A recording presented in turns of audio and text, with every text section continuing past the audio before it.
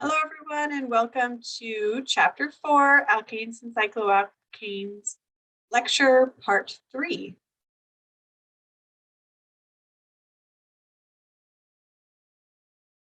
All right, we're starting at section 4.9 on cycloalkanes.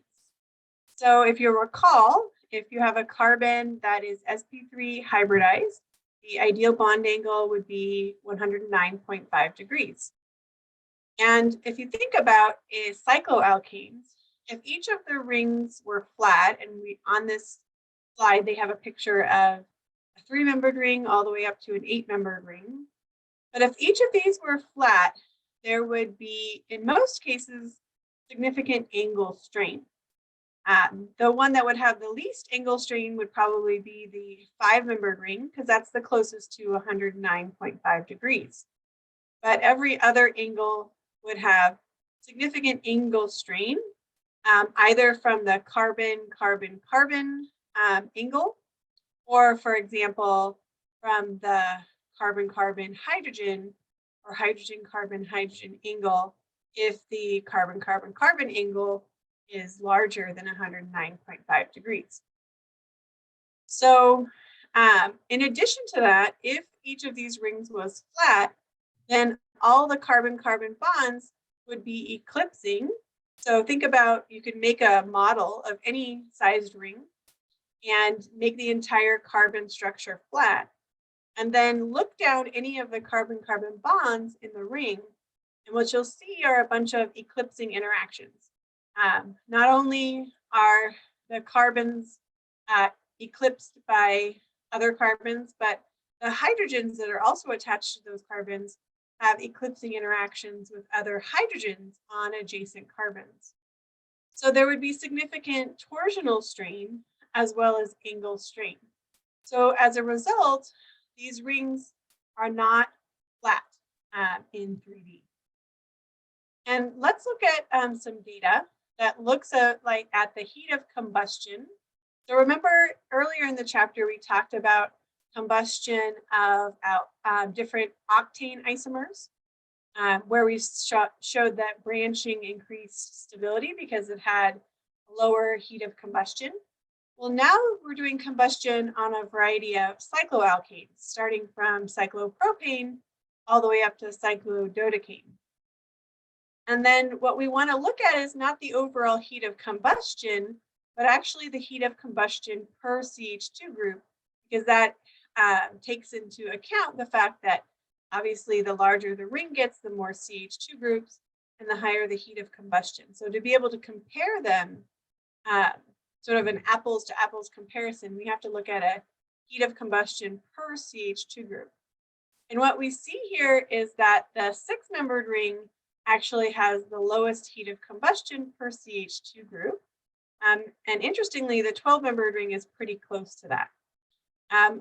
And if you look and see sort of which one has the highest heat of combustion, which means they started out at the highest energy and were less stable, both the 3 and the 4-membered rings are particularly less stable than a 5-membered ring on up. Let's look at cyclopropane first. In order to have 3 carbons attached to each other in a ring, we end up having some pretty severe angles between the carbon-carbon-carbon bond, right? And so remember that the ideal bond angle for an sp3 hybridized carbon, and all 3 of these are sp3, is 109.5 degrees. But because it's a triangle, they try to get to 60 degrees, which is just really strained. And as a result, the bonds pucker. Basically, they move out a little bit in order to alleviate some of this angle strain, so that the angle is a little bit larger than 60 degrees. The contrast to that is that they end up losing bond strength because the amount of overlapped region of the atomic orbitals is lower. So, but the 3-membered ring is 44 kilojoules per mole less stable per CH2 group than cyclohexane, and that's a very large number. And the reason it's so much less stable is because of significant angle strain. And as a result of puckering, there's insufficient bond overlap, which, it's basically the least, how do I want to say this? The most stable situation is this puckered situation where the bonds are not as overlapped, meaning the bond strength is lower, but it does alleviate some angle strain. In addition to that, the three-membered ring has significant torsional strain because it's essentially forced to be in a eclipsed conformation. Because this carbon is attached to a carbon that's attached to the back carbon, they're forced to be in an eclipse and not a staggered conformation. And so that gives additional eclipsing interactions that it can't alleviate by rotating. So the three-membered ring has significant angle strain and significant torsional strain, which both of those combined are said to be significant ring strain. Let's look at cyclobutane. Cyclobutane, you might imagine, is kind of like a square, right? But it's also significantly less stable per CH2 group than cyclohexane. And the reason is similar to the reason why cyclopropane was less stable. There's still significant angle strain. You notice that the cyclobutane is actually in this, what we call this puckered conformation. If it was completely flat, the bond angle would be 90 degrees, which would actually be a little better than 88 degrees. However, it gives up a little bit in bond angle to release some torsional strain. Because if it is not flat and exhibits a puckered conformation, the angle strain is a little bit more, but now if you look down these carbon-carbon bonds, they're not fully eclipsed like they would be if the structure was totally flat, right? So it not completely staggers the hydrogen, but they are a little bit farther away from each other at the result of a little bit more angle strain. And regardless, though, the four-membered ring is still a less stable, higher energy ring compared to if there was 5 atoms in the ring or more. Let's talk about cyclopentane. Cyclopentane, of course, has 5 carbons in a ring, and you can see it's only 5 kilojoules per mole less stable than cyclohexane per CH2 group. So it's definitely getting more stable. It is like all the other rings, it is not flat. If it was flat, the angles would be 108 degrees, which wouldn't be very much angle strain. But even in this envelope conformation, there is not very much angle strain. And again, it will adopt an envelope conformation instead of a flat conformation because that alleviates some torsional strain. Remember that with flat rings, you can think of drawing a Newman projection, right? Looking down the carbon-carbon bond, there would be a lot of torsional strain. But by deviating from planarity, it alleviates a lot of that torsional strain because it staggers the hydrogens a little better than it would be flat, which would be totally eclipsed. Okay, now moving on to cyclohexane. Cyclohexane can actually adopt a variety of conformations, but the chair conformation is the most stable. Notice there are 2 different chair conformations for cyclohexane. And in order to convert between the 2 chair conformations, the 6-membered ring undergoes a variety of other conformations that are higher in energy.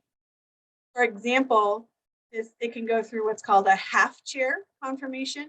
This is much higher in energy because you can see part of the molecule is flat. And as you know, when you have a flat ring, there's torsional strain involved. That's why it's significantly higher in energy than a chair conformation. Then it would go through with something called a twist boat, to a boat, to the other twist boat, the other half chair, and then finally to the other chair conformation. All of these are much higher in energy than the individual chair conformations are. But still, usually most chairs, as long as they don't have an extremely bulky group attached to them, will be able to convert between chairs, even though it has to undergo this energy barrier. So cyclohexane is said to have no ring strain in its chair conformation. Why does it have no ring strain? Well, ring strain is a combination of potential angle strain, torsional strain, and there could also potentially be steric strain involved. There's no angle strain in a chair conformation because all of the bond angles are 109.5 degrees. So they're perfect tetrahedron.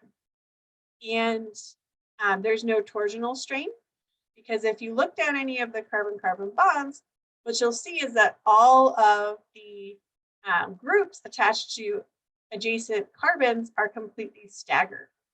This is actually what's called a double Newman projection. And it's when an observer looks sort of simultaneously down two different carbon-carbon bonds that are parallel to each other in a chair conformation. So if you're looking down this carbon-carbon bond and this carbon-carbon bond simultaneously, you might be able to draw this double Newman projection, where you can see that the front two carbons are attached to this carbon that sort of dips down, which is this one. And the back two carbons are also attached by a carbon that sort of dips up, right? So you can see the back two is connected by this carbon bridge in the back. So you can see here that there is no torsional strain because the torsional angle is 60 degrees.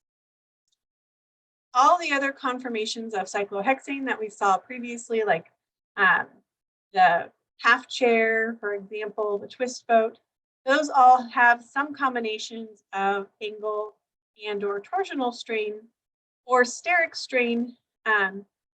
For example, with the boat conformation, there's some steric strain with the hydrogens that are pointed in on opposite carbons, and that all leads to ring strain.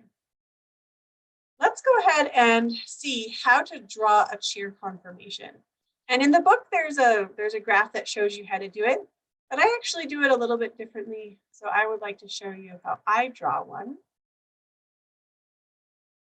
Actually, both chair conformations. I told you how there's two chair conformations, right? So we'll practice drawing both of those.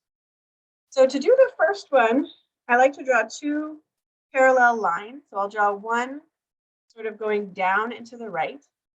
And then a little bit below that and slightly offset, I'm going to draw a second parallel line. I'm going to get those as parallel as I can, but slightly offset with the top one being a little bit further up on the paper. And then from there, I'm going to try to get a 90-degree angle here from this line and a 90-degree angle from my bottom line. And then I'm going to connect these two, right? And that is one of the chair conformations. And then the other chair conformation needs to go the exact opposite direction. So instead of going down and to the right, I sort of want to go up and to the right.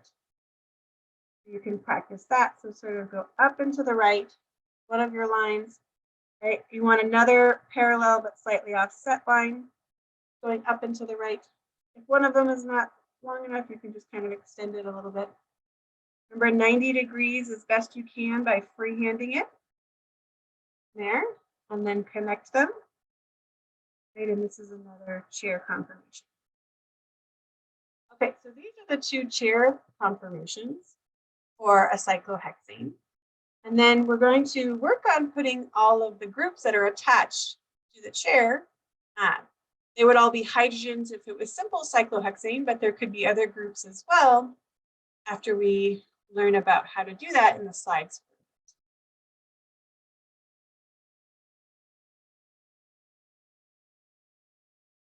Okay, so we should note that if drawn correctly, the chair should contain 3 sets of parallel lines. Right, so if we go back and see how well we did, let's look and see how right we did here. So we first started out with one set of parallel lines. And then by making 90-degree angles, we ended up with a second set of parallel lines. Right? And then by connecting these two, we have a third set of parallel lines. So if you do it the way I did it, you should come up with 3 sets of parallel lines.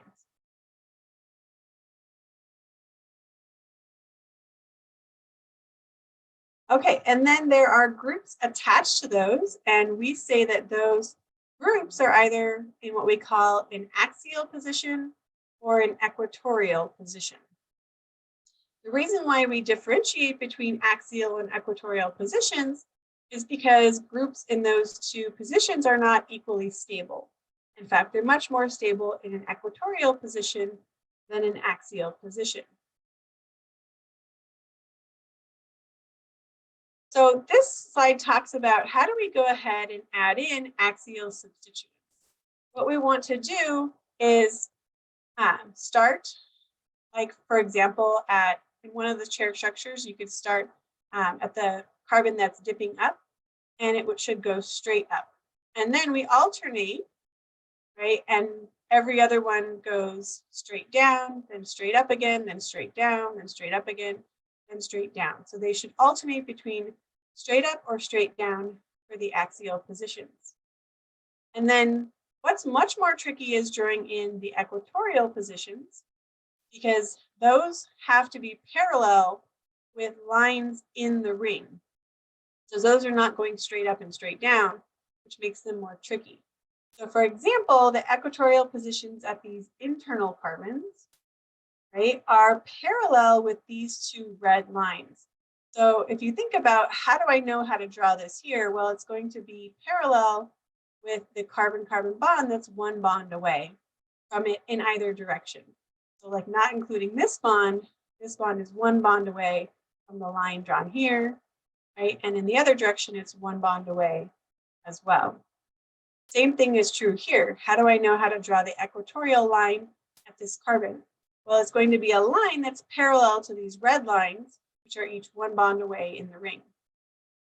Let's go ahead and go back to our drawing here and add in axial and equatorial hydrogens.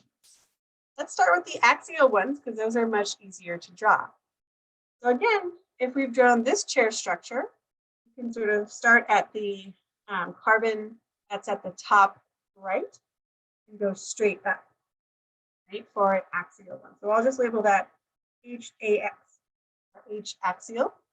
And then we alternate. We go H axial straight down, H axial straight up, straight down, straight up, straight down. And then for equatorial, what we want to do is we want to go and figure out what line should it be parallel to. Well, if it's going to be at this carbon, we don't look at these two carbon-carbon bonds, but we look one bond away.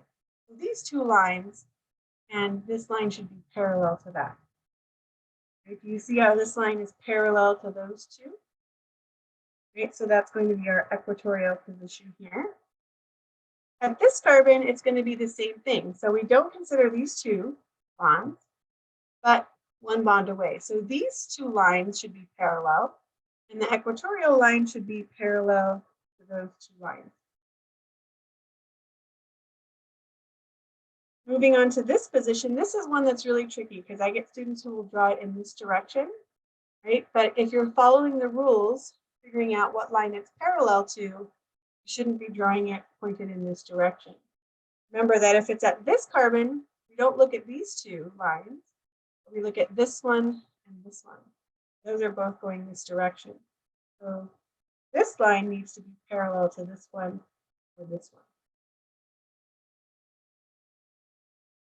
Here, that should be parallel to those two. So I'm going to draw it like this. At this carbon, we need to be parallel to either this line or this line. Should be already parallel to each other. Right, and then lastly, we have this carbon. And again, we want to get it parallel to either this line or this line.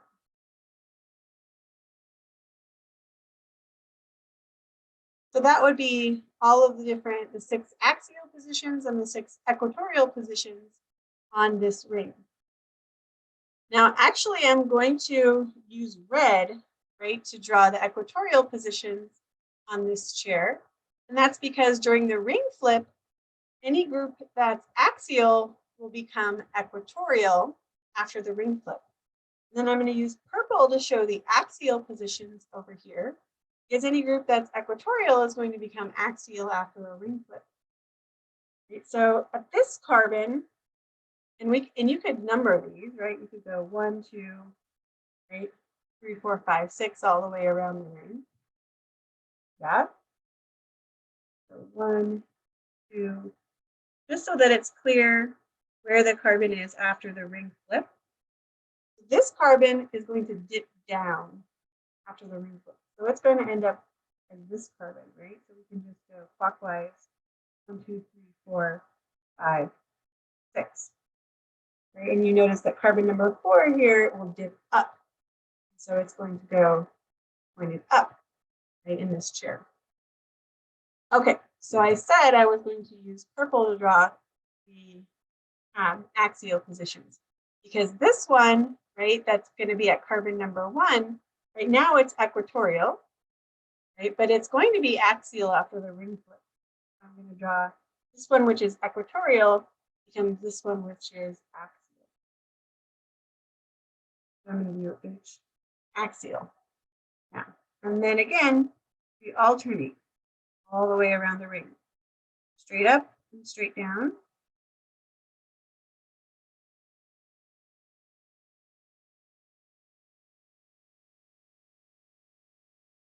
Right? And then every one that was axial will become equatorial after the ring flip.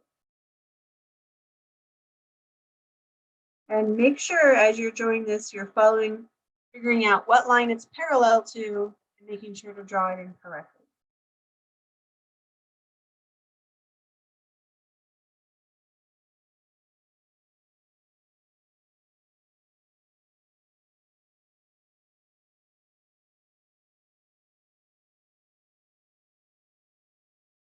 Okay. So hopefully, and as you play around with the models, try to get it and start with a flat ring, right? And then move one side up to like a half chair, move the other side down to a chair, right? And then practice flipping by taking carbons on either end and either flipping them up or down. And we will be working on this in the lab course as well, as we do a activity that requires us to build models. We'll be looking at how to do this, and I'll show you guys how to do this in the lab, or your lab instructor will show you how to do it if you have a different instructor.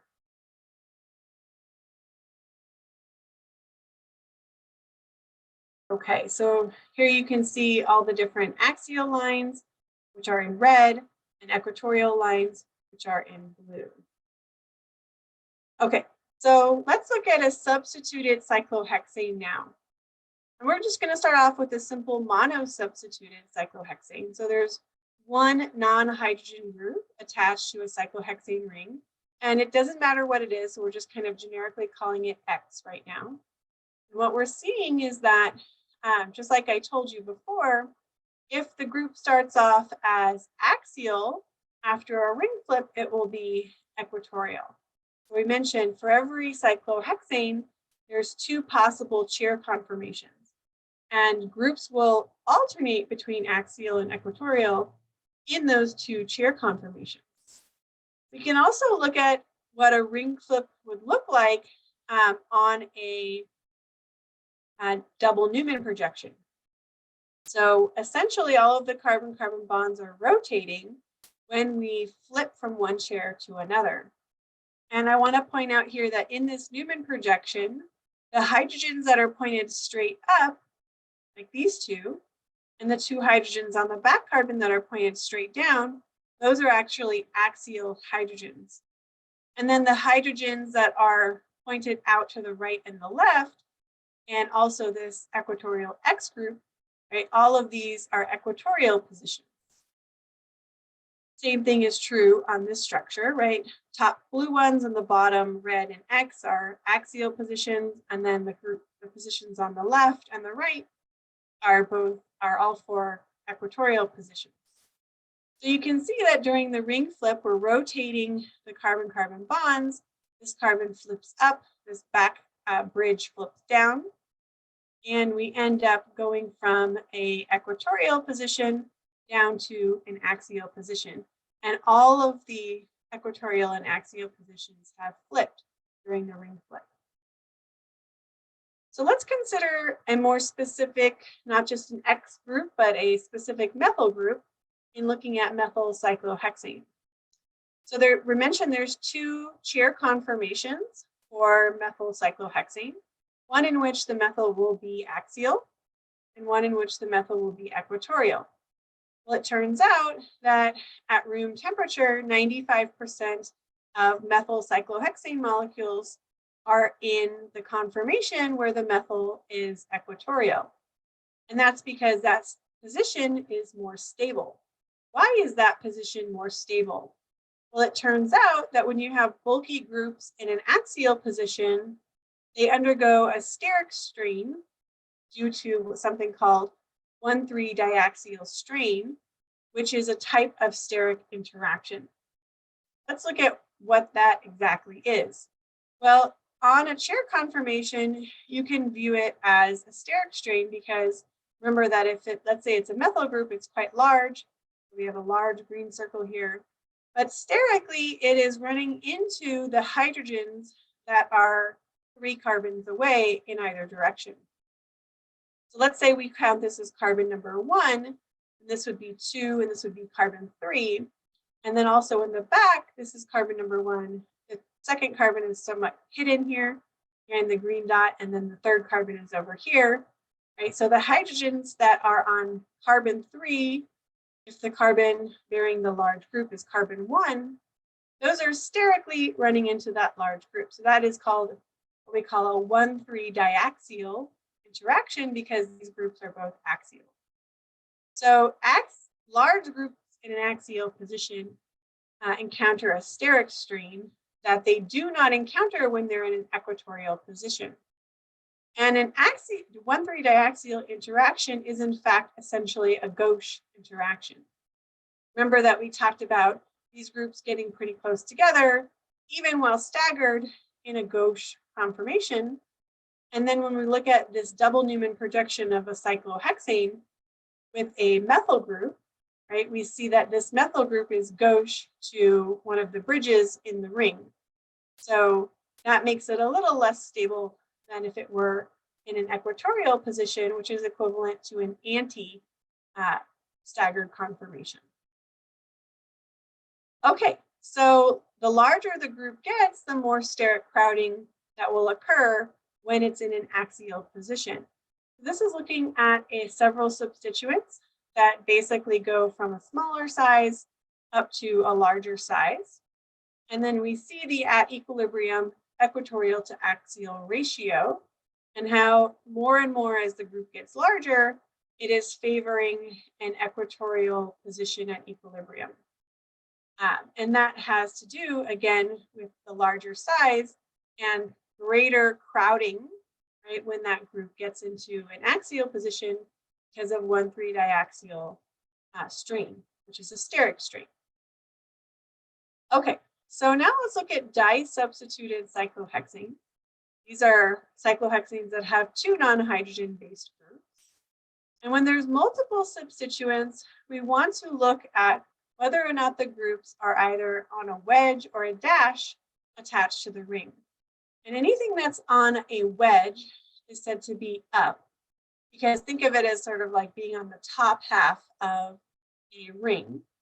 And then anything on a dash is considered down, because if you were to put the ring flat, right, the groups that went up, pointed up would be pointed one direction, the groups that are down would be pointed below the ring. Okay, so again, anything on a wedge is up, anything on a dash is down. And let's look at the 2 different chair conformations that would result from this structure. And what we'll see is that we want to, we'll notice that, let's look at this carbon, right? There's a chlorine and a hydrogen attached to this carbon, not including, of course, the carbons that are also attached to it as well. But one of these is considered further up and one of them is considered down. And it just corresponds to which one you draw higher up on the paper, right? That one is up and the other one is down. And then if you come to this carbon, the hydrogen would be up because it's further up, right? Drawn on the paper. You can think of it as sort of above the ring, and then the methyl group is below the ring, right? And then if you look at it over here, at this carbon, the chlorine is up, the hydrogen is down, and then this red hydrogen is up, and this methyl is down. So what did you notice about the up and down positions with respect to the two chair conformations of this disubstituted cyclohexane ring? Perhaps you noticed that the chlorine is up, right? Just like it was up over here, and it's also up even in the chair conformation. So when you're rotating between chair conformations, a group that is up is always up, right? And the methyl should always be down because it was on a wedge attached to the ring. But even though the chlorine is always up and the methyl is always down, regardless of which chair conformation, notice that it does alternate between axial and equatorial. So at this carbon, the chlorine is up and axial, and after our ring flip, it is up and equatorial. The methyl started out as down and axial, and then after a ring flip, it ended up down and equatorial. So it remains down, but flips between axial and equatorial.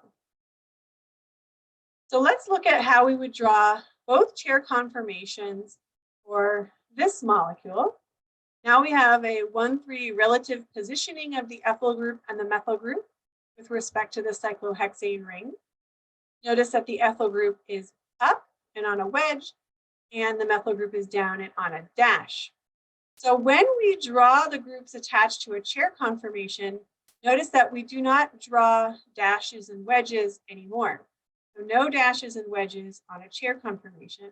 Instead, we indicate that the ethyl group is up by placing it at a position that is up on the ring. So they just chose carbon number 1 as being this group, and then coming over here and saying that the carbon number 1 was represented by this carbon in the ring. But that was arbitrary. They could have started with carbon number 1 for here, for example, and then just 2 carbons away, done carbon number 3.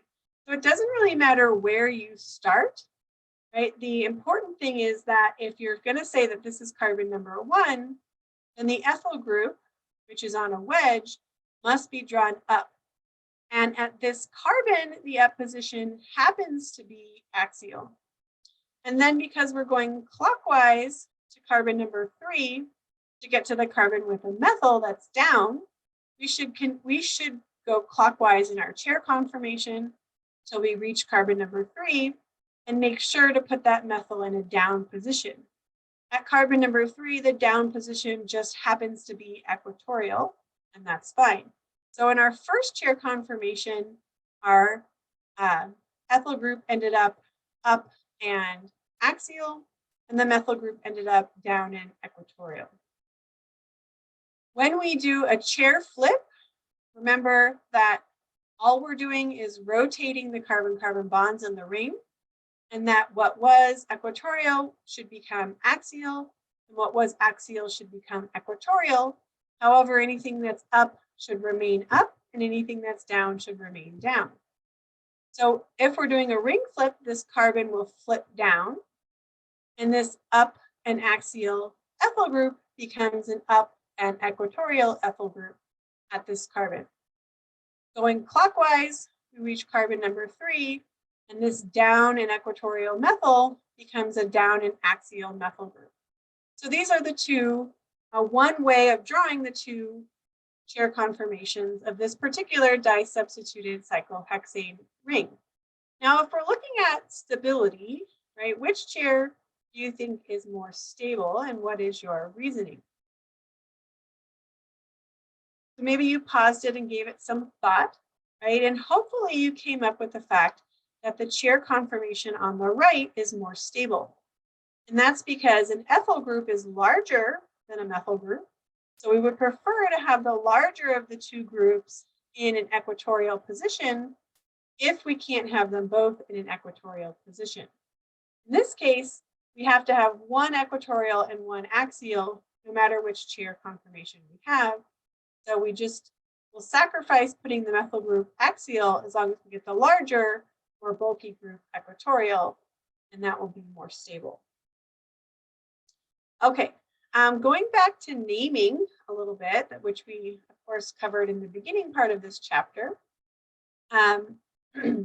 Here's an additional piece of information for naming. When you have a disubstituted cyclohexane ring, you can use information like cis and trans to differentiate between two isomers of the same molecule.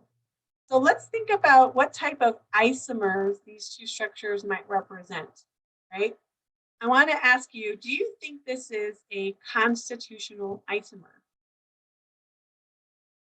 Now, I know you can't answer me because obviously I'm making a video, but hopefully you've thought about it and perhaps you came up with the answer of no, and you would be correct.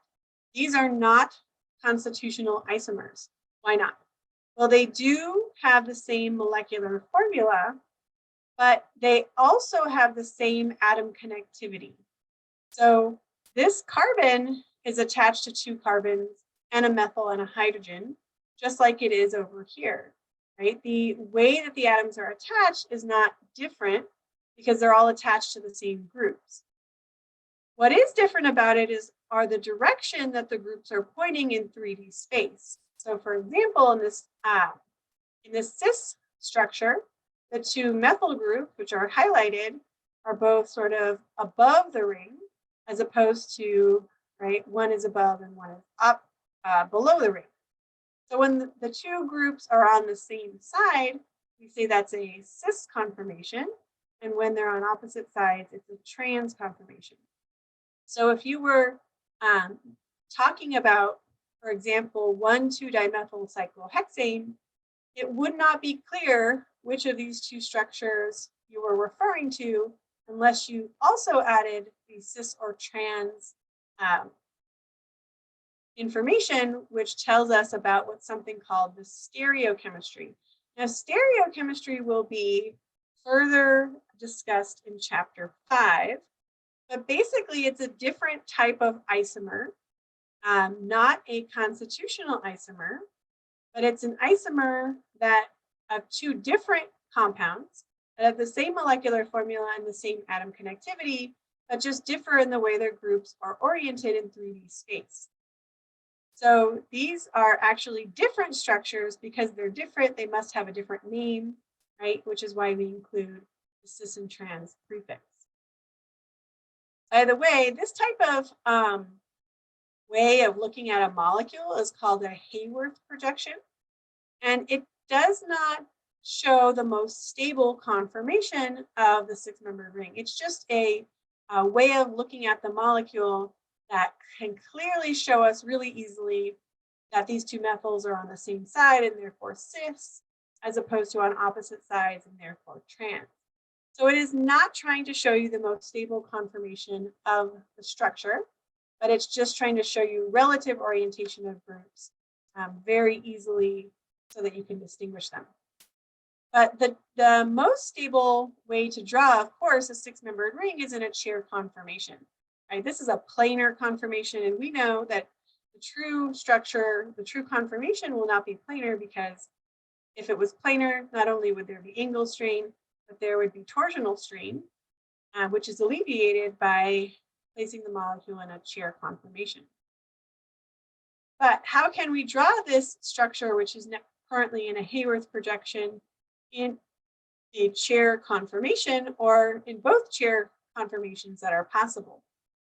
Well, what we want to do is just pay attention to the fact that both of these methyls are up with respect to the ring, and so they should go in up positions on a chair conformation. So if you place them at these two carbons on the right, you just need to be careful that they're both in up positions. So this is an up and axial, and this is an up and equatorial position. When they ring flip, they will flip to equatorial and axial, but they'll still both be up. In this case, we have one is up and one is down. So relatively speaking, we've placed one methyl up in axial and the other methyl down in axial. And then when you flip that, of course, since they're both axial, they'll both become equatorial after the ring flip. So in this particular case, trans 1,2-dimethylcyclohexane, there's clearly a more stable chair conformation because both of the methyl groups are equatorial. And in the other less stable chair conformation, they're both axial. But over here, in either case, we have one axial and one equatorial methyl group. So these really are equal energy chair conformations. Let's talk a little bit about polycyclic systems. So we talked a little bit in naming about the fact that rings can be fused together. So 6-membered rings, which are one of the most stable sized rings, which are why they're one of the most commonly found rings in nature, can exist fused together in what we call a decalin ring structure. The reason why it's called a decalin is because there's a total of 10 carbons, hence the deca, which refers to 10. Okay. And there's such a thing as what's called cis and trans decalin. And those are referring to these hydrogens, right? Think of this as up and up. So they're cis as opposed to up and down, right? So they would be considered trans. The trans decalin system is actually more stable than the cis decalin system. And that's because the larger groups, which are the carbons in the other ring with respect to the first ring, those would be in an equatorial position because the hydrogens occupy the axial position. In the cis decalin, only one of the carbons in the other ring is in an equatorial position. The other one ends up in an axial position because one hydrogen is axial and the other is equatorial. So this is definitely more stable. And this is the type of decalin system that we actually see in this steroid, which is testosterone. So you can see this 6-6 fused ring, and they've shown you that one of the hydrogens is up and one is down, just like you can see in this trans decalin system. So you know it is a trans decalin ring. And it makes sense that, of course, it's the most stable conformation is what we're seeing in nature. Nature tends to form stable ring structures if possible. Okay, let's also talk, remember that again, with naming, we talked a lot about bicyclic ring systems, such as this bicyclo-2,2,1-heptane. It's also referred to commonly as a norbornane ring system, and it is commonly found in natural organic compounds as well, such as camphor and camphene, which can be isolated from evergreens.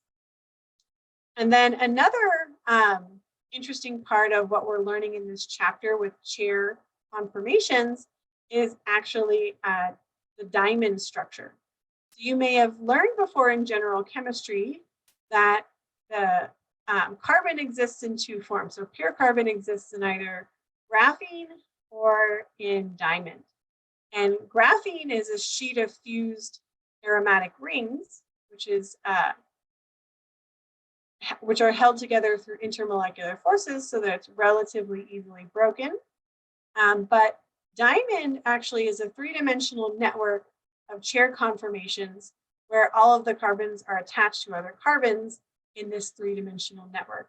So because it's held together with covalent bonds, as opposed to intermolecular forces, it's much stronger, right? And we know diamond is a very strong substance. All right, that is the end of chapter 4. Happy studying, and of course, always let me know if you have any questions.